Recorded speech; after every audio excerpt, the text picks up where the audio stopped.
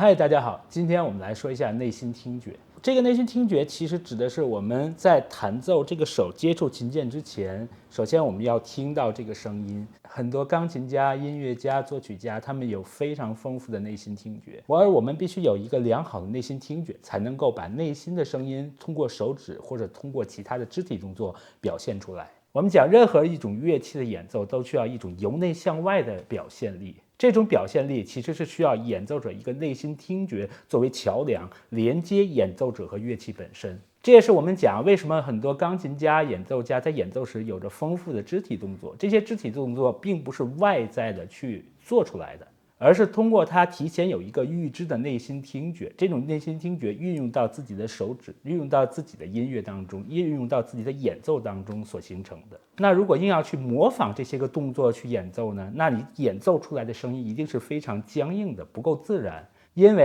你没有运用自己的内心听觉去表现自己内在的一个声音，自己内在的一个感情。我们听内心听觉这个词听着很玄，实际上是因为它看不到摸不到，在很多的钢琴教学里面也很少有人去涉足这个领域，要不然有可能他不知道内心听觉这个事儿，要不然就是有可能他觉得这个东西比较玄，可能得需要学生有更多的天赋呀，有更多的这种能力才能够表现出来。实际上我们在教学当中是有一些个方法能够开启学生的这个内心听觉，并让他们去把它应用到实际的演奏当中去。实际上我们每个人心里面都有自己的内心听觉，我来告诉大家一个方法，能把它开启和激发出来。我们就以钢琴为例，其他的乐器其实都可以使用这个方法来开启和激发一个学生的内心听觉。我们随便选一首他弹的曲子，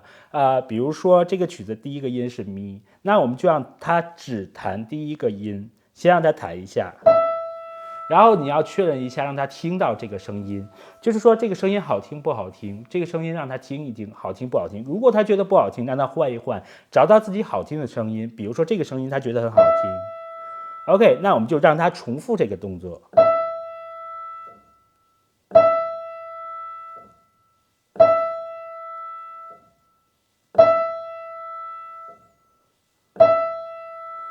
让他多重复几次，让他每次重复的时候都要听一听这个声音和你刚才那个声音对不对。如果比如说他第一个声音他能够控制住了，这个时候你会让他往后面去想，比如说后面是发和嗦，比如说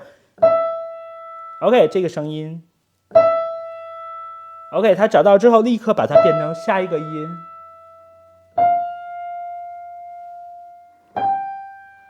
好，让他再重复，